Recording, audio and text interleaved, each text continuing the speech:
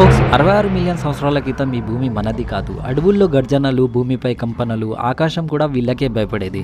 Yes, ఇది డైనోసార్ల రాజ్యం. But ప్రకృతిలో ఏది శాశ్వతం కాదు కదా. అలాంటి రోజు రానే వచ్చింది. డైనోసార్లకు ఎలాంటి హెచ్చరిక లేకుండా ఆకాశంలో ఒక చిన్న వెలుగు కనిపించింది.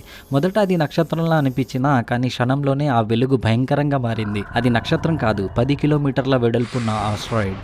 గంటకు 50 కిలోమీటర్ల వేగంతో భూమిపై దూసుకొచ్చింది. ఒక్క ఢీ అంతే. చరిత్రలోనే అతిపెద్ద భయంకరమైన క్షణం. ఆ ఢీతో లక్షలాది అణుబాంబులు ఒక్కసారిగా పేలినంత శక్తి విడుదలైంది. అడవులు వెంటనే అగ్నికి ఆవుతయ్యాయి. సముద్రాలు 1000 మీటర్ల ఎత్తుకు ఎగిసి భూభాగాన్ని ముంచేశాయి. ఆకాశం నల్లగా మారింది. సూర్యుడు కనిపించలేదు.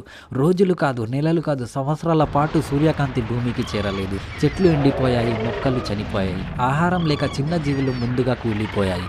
తర్వాత ఆ మహా డైనోసార్లు బలమున్న ఆహారం లేదు. ఒక్కొక్కటిగా వాళ్ళ గర్జనలు నిశ్శబ్దంగా మారిపోయాయి. భూమి ఖాళీ అయిపోయింది. డైనోసార్లు అంతరించిపోయాయి. కానీ ఇక్కడే కథ ముగియలేదు. ఆ చీకటి కాలంలో భూమి లోతులో చిన్న జీవులు బ్రతికాయి. వాళ్ళే మెల్లగా ఎదిగి మార్పు చెంది మానవ జాతికి దారితీశాయి.